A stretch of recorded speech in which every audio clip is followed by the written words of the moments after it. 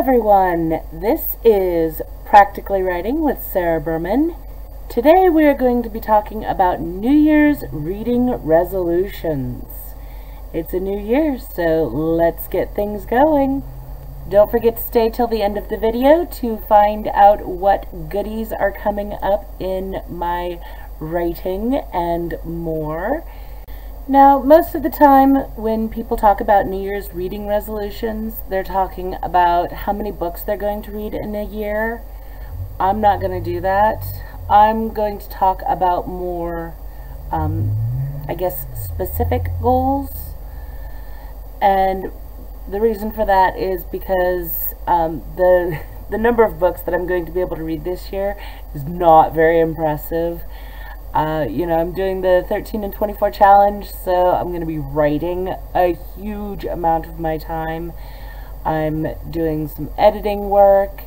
And then I have children. I mean, they sometimes get sad if I don't pay attention to them for weeks on end. Weirdos. It's unlikely that I'm going to get to read a huge chunk of books, but I do have some very specific reading goals that I would like to apply to the books that I do read this year. As a member of the online indie community, one of the things that I am not at all short of is offers for beta reads and, of course, freebies. I have so many books that I've picked up, prizes from takeovers, freebies from people who are trying to get their book launched, etc., etc. So I have a metric ton of books from indie authors. And the one thing that they all have in common is I've read so few of them. Almost none of them. Okay, they don't all have that in common, but most of them do. I mean, we're talking like 95% of them. So my writing goals are going to focus around reading books from indie authors and leaving reviews. Now, I know what you're thinking. Where on earth would I leave a review?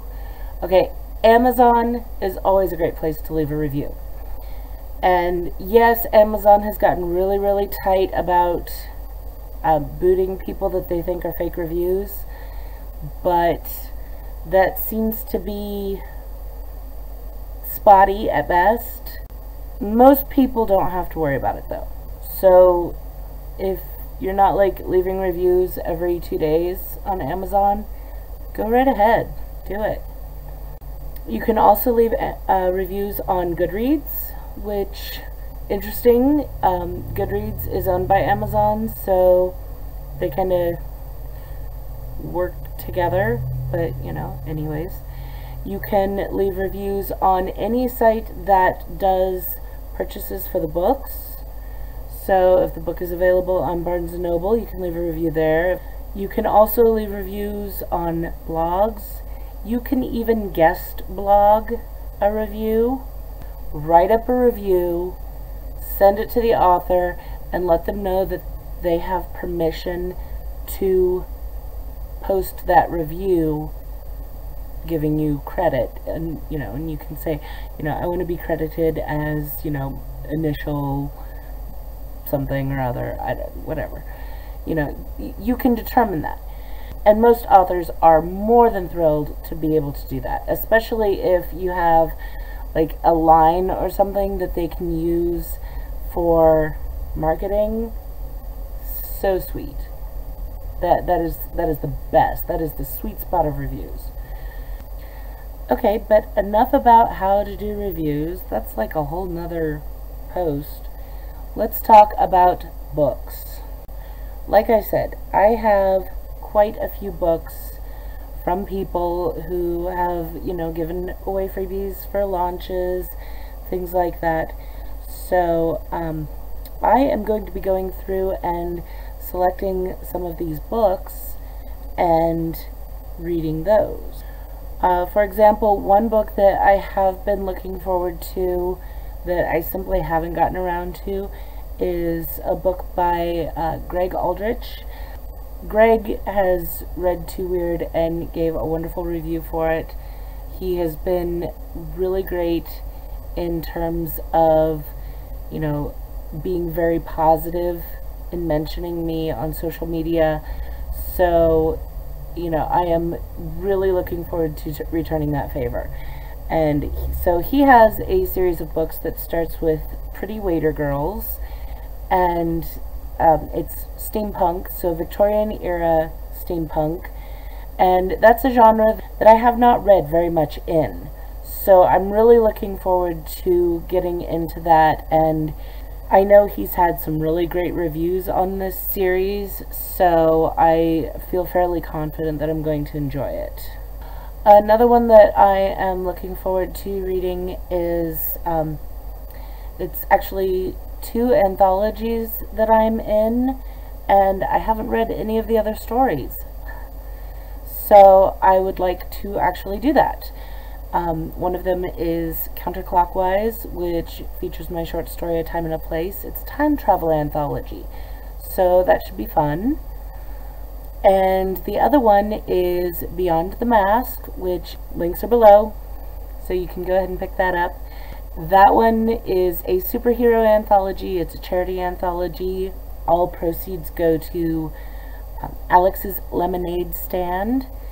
So there's a really good benefit to purchasing the book. I don't get any of the money there. I'm just, happy to share my story with such a good cause. That anthology features my short story, Superpowered Anonymous, which is funny. I think it's funny. I reread it recently, and yeah, I thought it was hilarious. Could be me. It might be just me. I think I'm funny. Other people have, their superhero short stories in there, and so I'm looking forward to exploring that and reading those. So that's 3. And how could I forget Diane Morrison's Weird West Chronicles? She did a paperback that was a compilation of the short stories that she did for the Weird West. That I have in paperback. It's sitting right over there. So that is definitely going to be on my list. In addition to the books that I would like to read from some of my indie author friends, I also have a selection of books that I thought were interesting in terms of bolstering my own skill set. I am one of those people who is constantly looking for ways to improve myself as a writer, so I do frequently get books on writing and see what people have to say.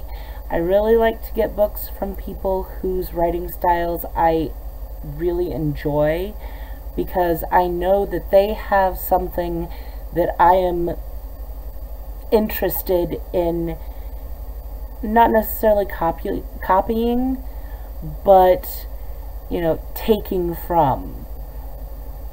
I want to emulate them. They're my writing idols, so to speak. One of them is called Steaming Up Your Love Stories by Emma Hawley. Her Demons series is so flippin' hot. I can't even believe it. I love the way her stories work with that. I would like to read her book and see what she has to offer in that. Some other writing books that I've picked up that I intend to read eventually. Write Compelling Fiction by L.J. Martin. Author Identity by, I'm always going to mispronounce this name, Angie Mrazka. Writing a Book a Week by Alex Foster. Produced, Published, Publicized by Sabrina Sumption. She's actually in the Nebraska Writers Guild with me, and she's a sweetheart and a half, and she's actually a businesswoman first, a writer second. She does more author services than she does writing, and so she really knows her stuff on that. So I'm looking forward to that particular book. 5 Secrets of Story Structure by K.M. Weiland.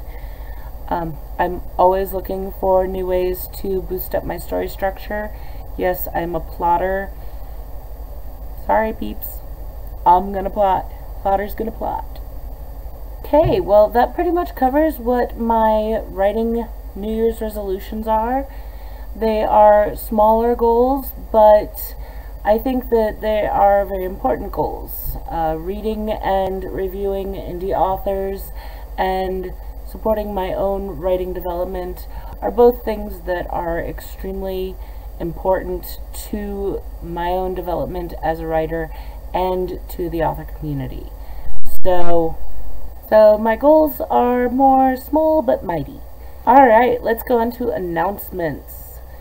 I have SPA, or Superpowers Anonymous, out in Beyond the Mask, a superhero anthology, on the 29th of January, so check the links below. I am diligently working on the next Hot Fae Nights book, that is through Lena Grace, and The Chains That Bind is available in pre-order. You can find the links below. That will be released at the end of February. I'm shooting for a release every 3 or 4 weeks, so keep an eye out. If you liked this video, click the thumbs up. If you like this channel, hit subscribe. Don't forget to follow me on all of my social media. All the links are below. And check out my books on Amazon. Some of them are also on Barnes & Noble. Don't forget to leave reviews. And we'll see you next time.